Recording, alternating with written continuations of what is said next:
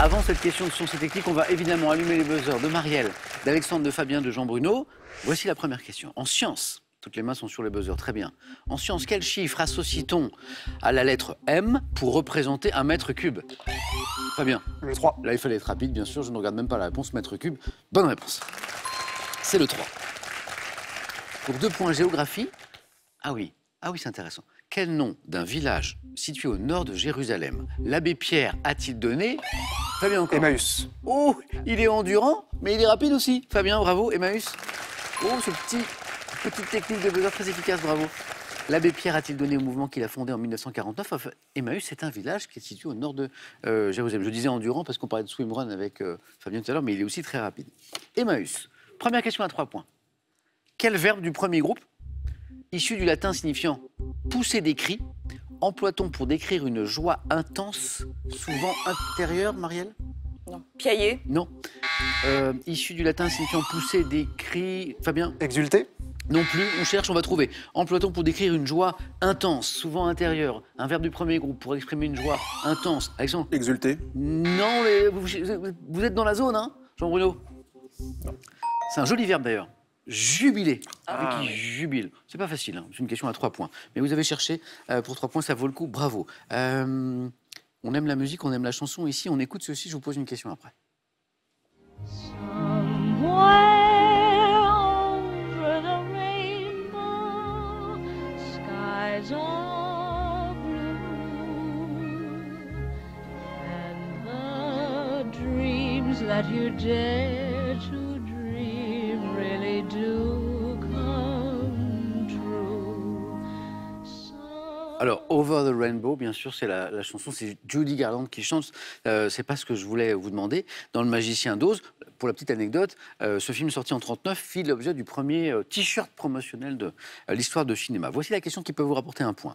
Dans le film, quel prénom porte le personnage joué par Judy Garland? Donc dans Le Magicien d'Oz. Comment s'appelle-t-elle? Ça va revenir, très bien. Judy.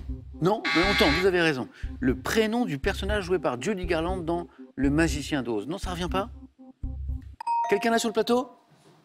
Non? Bah, je ne passe pas à la question suivante tant que personne... Enfin, Judy Garland, ça cherche? Ah, moi, j'ai tout mon temps. Hein. Laurent, je prends. Ok, Laurent, le producteur de l'émission, il est là, et il me dit Dorothée, bonne réponse, exactement. Oui. Ah, oui, bon, c'est bon, hein, du coup, on peut reprendre. Dorothée, Laurent, bravo, 1 point. Pour 2 points, par quel mot désigne-t-on les anciens modèles d'avions utilisant 2 plans de sustentation? Biplan. Excellent, biplan. 2 plans de sustentation, hein, biplan, placés l'un au-dessus de l'autre. C'est parti, Alexandre, compteur débloqué. Et avec 2 points, pour 3 points. Dans son livre L'usage du monde, paru en 63... Nicolas Bouvier. Redites? Nicolas Bouvier. Le petit enchaînement, là. Je disais bravo pour les 2 points à l'instant, et hop, 3 plus qui font 5. Livre que vous avez peut-être lu, hein? Oui. Ah, bien. Très très bien. Lu plusieurs fois. Je connais. Ah. Je suis adepte des écrivains voyageurs. Ah. Ça aide. Ça, super. Tesson, par exemple? En premier. Ah. Cédric Gras. Étonnant, hein? Oui. Dans son livre L'usage du monde, paru en 63, quel écrivain suisse retrace le voyage qu'il a entrepris jusqu'en Afghanistan? Nicolas Bouvier, Alexandre, je dis bravo. Ça fait 5. En médecine, quelle opération chirurgicale consiste à modifier la forme du nez? Très bien. La nasoplastie. Nasoplastie? Non. C'est ce que j'allais dire. Ah, c'est pas la nasoplastie. Il reste Alexandre Jean. La rhinoplastie. La rhinoplastie. Marielle et Fabien étaient partis sur la nasoplastie. Ça a du sens. Oui. Rhinoplastie. Jean-Bruno, compteur débloqué. Ça, c'est bien. 1 point.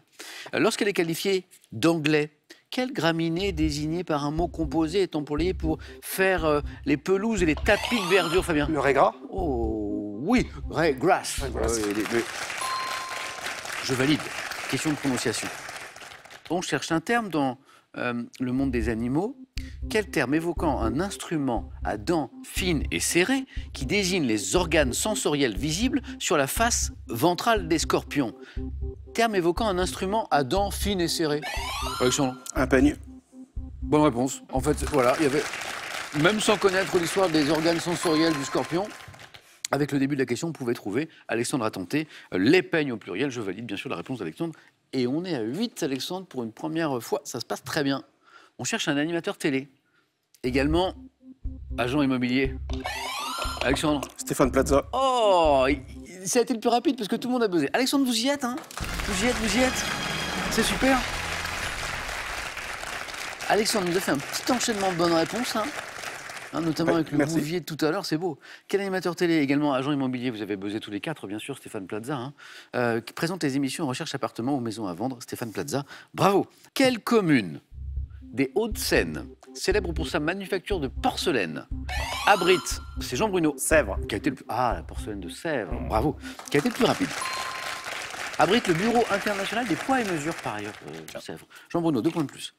Quelle est cette jupe portée traditionnellement par les montagnards? Marielle? Oui. Non, j'allais dire kilt. C'est pour ça que j'insiste, parce que c'est la bonne réponse. Vous voyez? Merci. Mais je sais, c'est normal. Parce que je vois la question. Quelle jupe portée traditionnellement par les...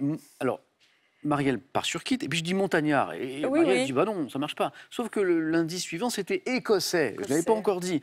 Et je vois Marielle qui, du coup, hésite à me donner sa réponse. Et je dis, si, Marielle, donnez-moi quand même une réponse, on ne sait jamais. Maintenu à l'aide d'une large ceinture de cuir, en fait, le kilt, à l'origine, c'est porté par les montagnards D'accord. écossais. Marielle, vous l'aviez, kilt, c'est parti.